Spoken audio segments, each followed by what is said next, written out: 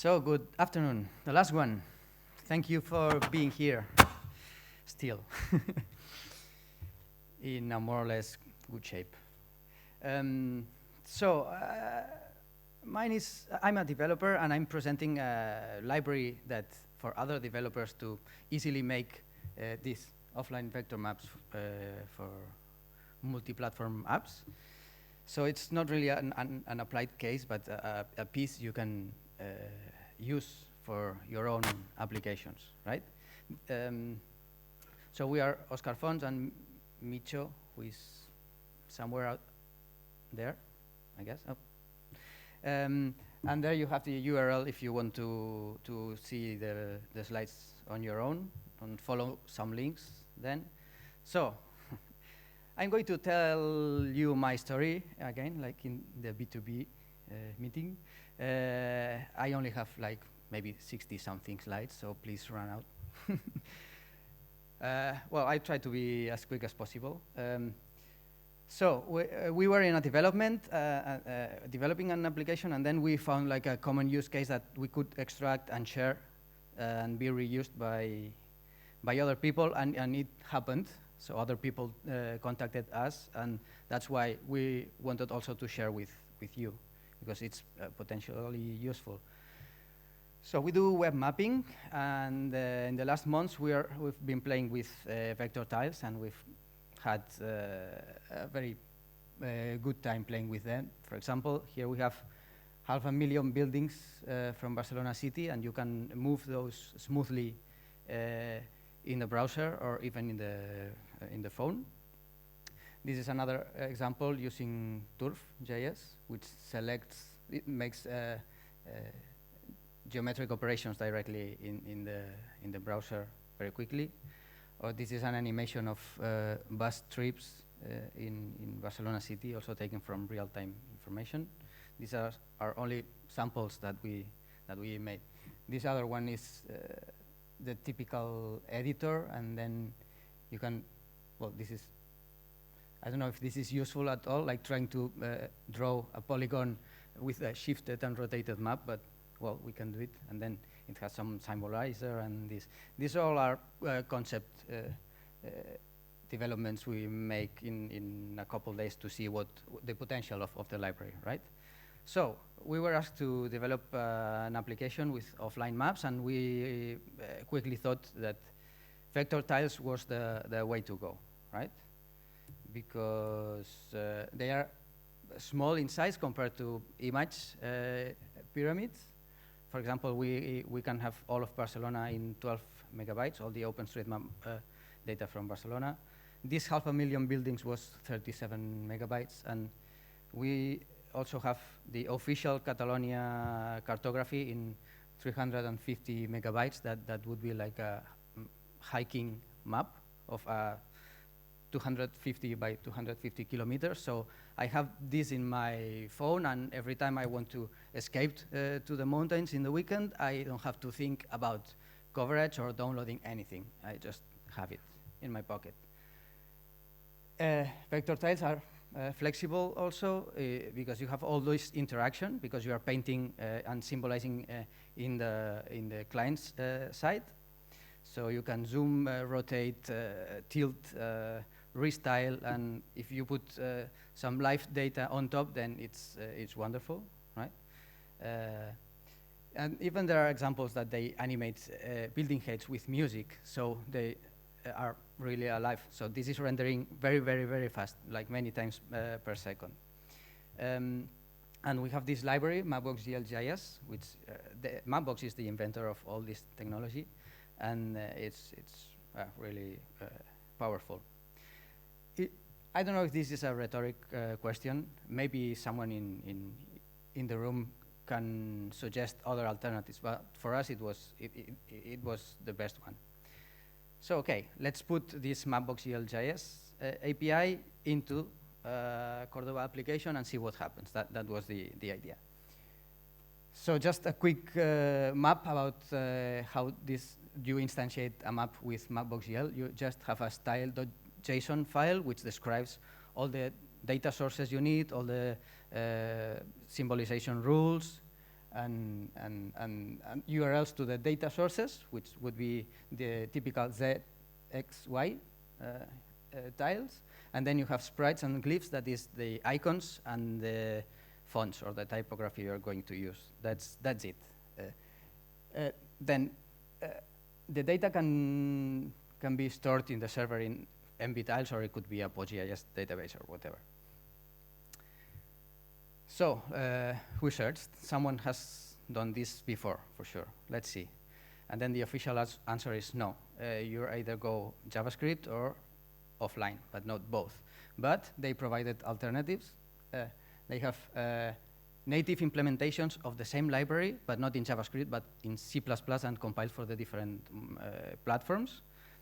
Or and we could go also like having a wrapper on top of these binary implementations with React Native, which is another library. But we wanted to use, we didn't like that because we already had a lot of JavaScript code that we wanted to reuse. So even though they don't recommend it, we were stubborn enough to try to do this. So the first iteration is having this library inside of a Cordova application, which is what allows it to be multi-platform. And it worked. So, OK, that's it. Then let's try to do the same, but putting moving online resources, putting it in the mobile, like local resources, and then problems happened as expected. Okay, we moved the things that normally are on the network is sprites, glyphs, and tiles data. So the first problem is that you had to reference as absolute URLs and not relative URLs, and that was a problem because it complicated things. You had to know exactly where the things are stored internally in the phone. And especially the sprites won't work even if you specified a file URL, a complete URL. And that was a bug from the upstream library, so we corrected it. And then the tiles, the thing is, the first iteration was, OK, we can just put the tiles in a directory structure that follows the Z, X, Y. And then it solved, it worked, it was offline, so that's it. We could go home, but not so quickly, because when you start to go to higher zoom levels, then you start to have like thousands and thousands of directories with thousands of files inside, and you can manage to copy these and move these quickly. So we need an MB tiles, which is a file that contains all the tiles in a single file that you can move easily, right? Download or copy, whatever. That's it. So the problem was then on how to access these MB tiles from Mapbox GLJS, which is first how I do read this kind of file, and then once I've read that file and I have the data, how do I draw it in Mapbox, right? So what is an MB tiles?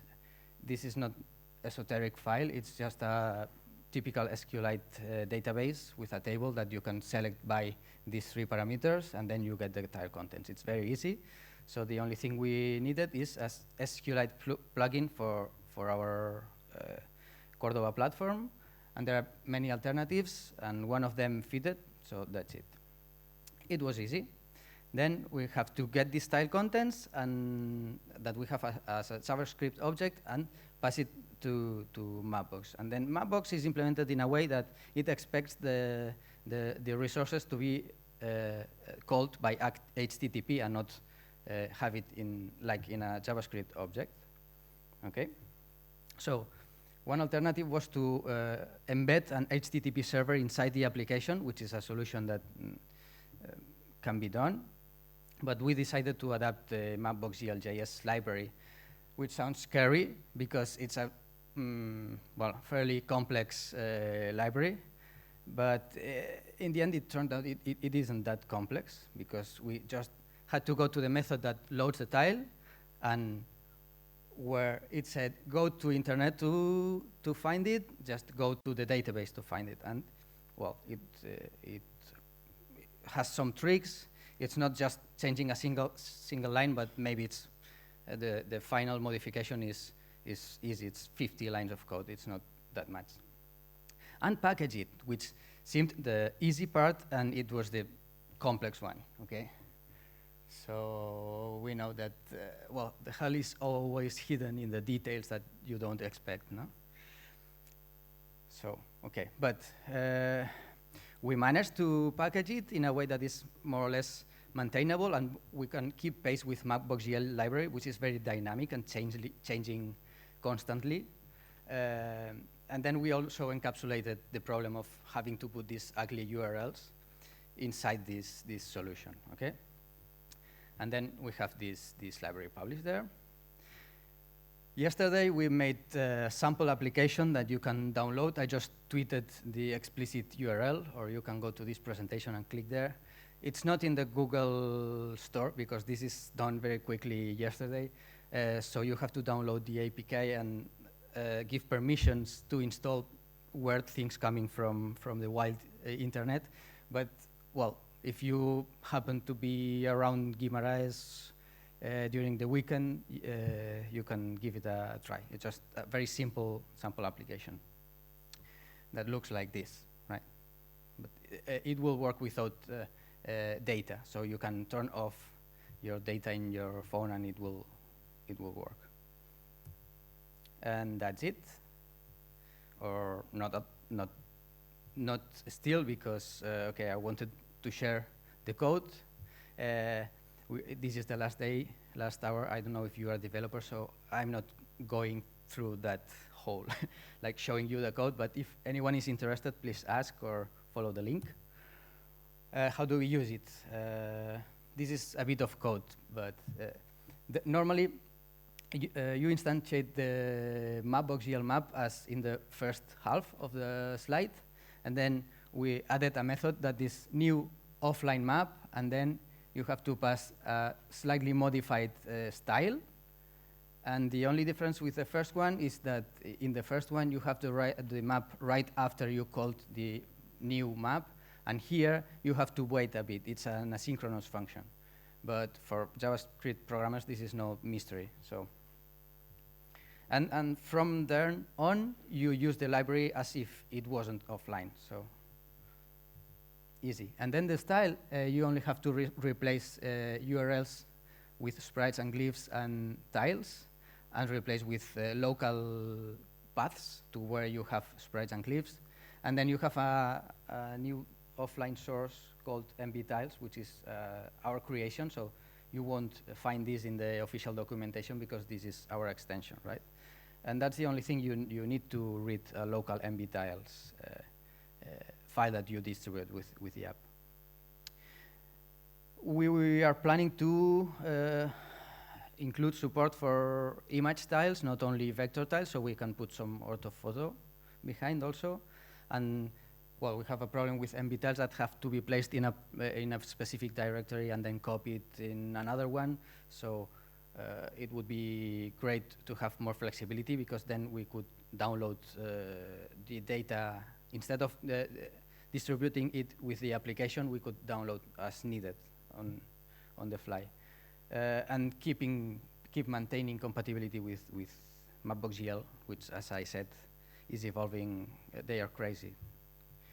A bonus: if it's the first time you hear about vector tiles, so you're asking yourself, how do I create these MB tiles, for example? How can I put my data in this format? Then, well, we have a workshop. It's in Spanish, but you can follow or even ask us to translate and give it in your organization about the basic toolings to use vector tiles in your projects.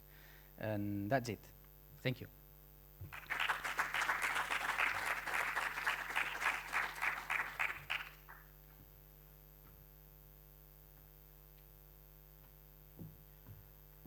Thank you very much.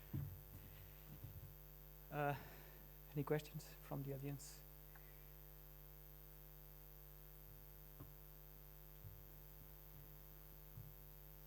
Yeah, there is one question.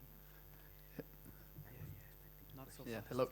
Yes, my question is about, it's amazing because it's look like perform very, very fast to visualize this amount of data. But it's also my question is about it's possible to perform some special queries in terms of like, can you kind of create kind of queries between different layers of data in the browser itself? Or is the library allows to perform some special relationships or? It depends on what do you want to do. You could use the Mapbox.gl API, which you can investigate which operations. Filtering, for example, is easy. Identifying which features do you have there is very easy, or selecting them. And interaction is super quick because you don't have to go to the server and back. And if you want to do special operations, normally you would include another JavaScript library like Torf, I think it's pronounced, that provides the usual, for example, distance, buffer, and these kind of things. And it plays well because after all, you have like GeoJSON data structures, which is quite standard. So you can integrate that very well and do things like this post line selection with it just hovering the mouse, and then things happen very quickly, so yes.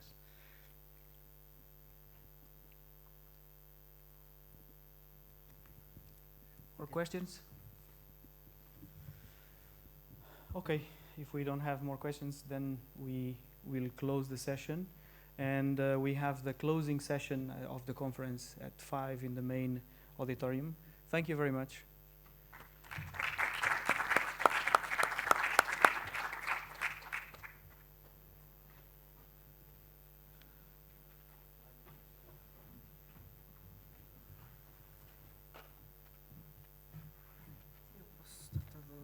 Okay. No, nada.